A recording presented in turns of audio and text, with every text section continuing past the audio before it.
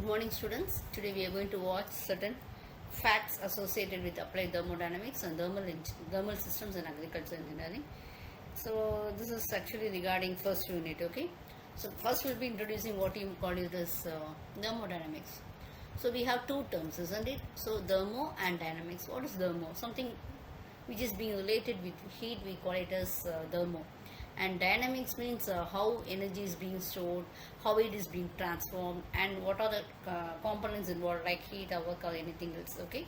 So when you take it as your approaches, we take it as two, macroscopic and microscopic, okay? So macroscopic in the sense large particles, when you consider the study of large number of particles and all, so we call it as a macroscopic. That's we call it as classical thermodynamics. Microscopic is statistical thermodynamics, which is being concerned with the behavior of individual particles, okay? So how these particles behave, and we study the average of behavior of large group of individual particles, okay? So normally what we are going to study, we call it as a system, okay? And what all is apart from our system, we call it as surroundings, okay? The part which is a quantity of matter is being chosen for study is a system, and its boundary is actually something we call it as an imaginary. It doesn't exist. For our study purpose it exists, okay? Surrounding is a physical space outside. Types of systems can be closed and open, okay?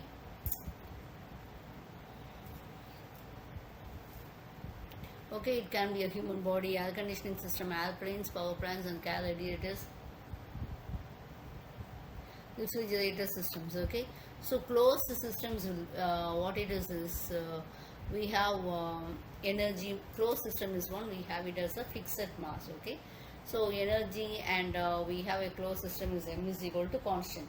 The mass is being constant, and what happens is there will be no flow of mass inside and outside your system, but there will be a flow of energy, okay?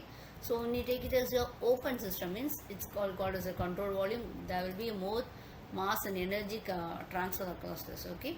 So that is called as a control volume. Next one is isolated systems.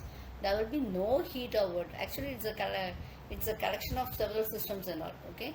So that is we call it as an isolated system. Boundary is being existing. So total energy means it's obtained by the summation of thermal, mechanical, kinetic, potential, electrical, everything else, etc. So total energy is equal to kinetic energy, potential energy, and also the inherent energy. So properties is any characteristics of a system is in equilibrium. Any characteristics of a system in equilibrium is we call it as a property, okay? Types of property can be extensive.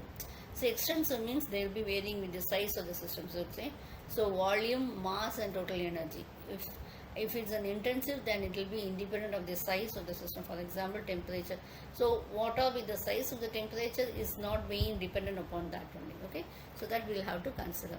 So state means it will not state. When we call it as a state means a system that is not undergoing any change, we call it as a state, okay?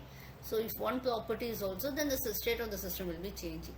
So a system will be in equilibrium if it is maintaining a thermal equilibrium. Mechanical, in the sense it will be of uniform pressure, temperatures. Phase, it will be existing in the same phase during the process. And chemical equilibrium. So everything compasses a equilibrium, okay? So thank you.